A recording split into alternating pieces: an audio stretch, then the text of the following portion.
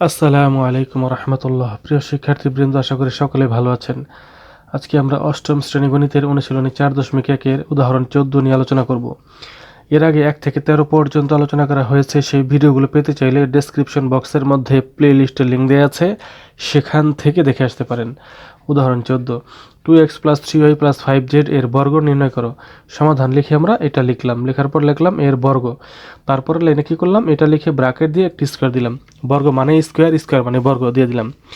এখন আমরা এই লাইন থেকে এই লাইনটা কিভাবে পেলাম সেটা আমরা দেখি। একটি সূত্র আমরা জানি, a + b + c whole square.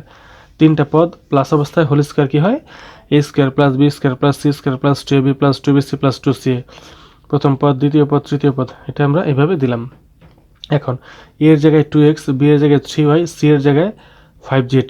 এটা আমরা যদি কল্পনা করি, a এর জায়গায় 2x, b এর জায়গায় 3y, c এর জায়গায় 5z, তাহলে কি করব আমরা, a² আমাদের মূল সূত্র হচ্ছে a², কিন্তু অঙ্কের মধ্যে হবে 2x², কারণ অঙ্কের মধ্যে a এর জায়গাতে 2x রয়েছে।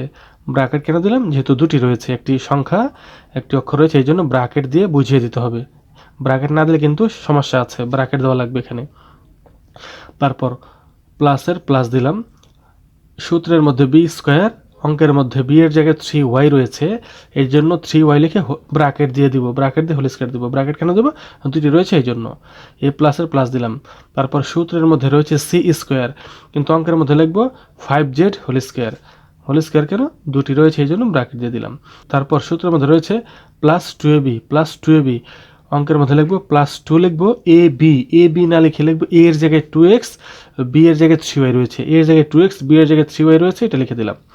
তারপর সূত্রের মধ্যে +2bc রয়েছে, এখানে লিখবো +2 লিখে bc না লিখে b এর জায়গায় 3y, c এর জায়গায় 5z রয়েছে, সেটা বসিয়ে দিলাম।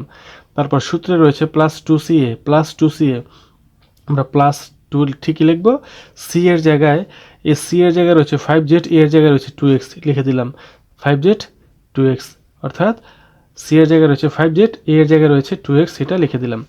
এখন এই লাইন আশা করি বুঝতে পেরেছেন। এখন এটা কিভাবে হলো, আশা করি এই লাইনটা বুঝতে পেরেছেন কিভাবে হলো। এখন এটা দেখবো আমরা, 4x² কিভাবে হলো। 4x², যেহেতু ব্র্যাকেটের বাইরে রয়েছে, স্কোয়ার 2 এ পাবে, স্কোয়ার x এ পাবে।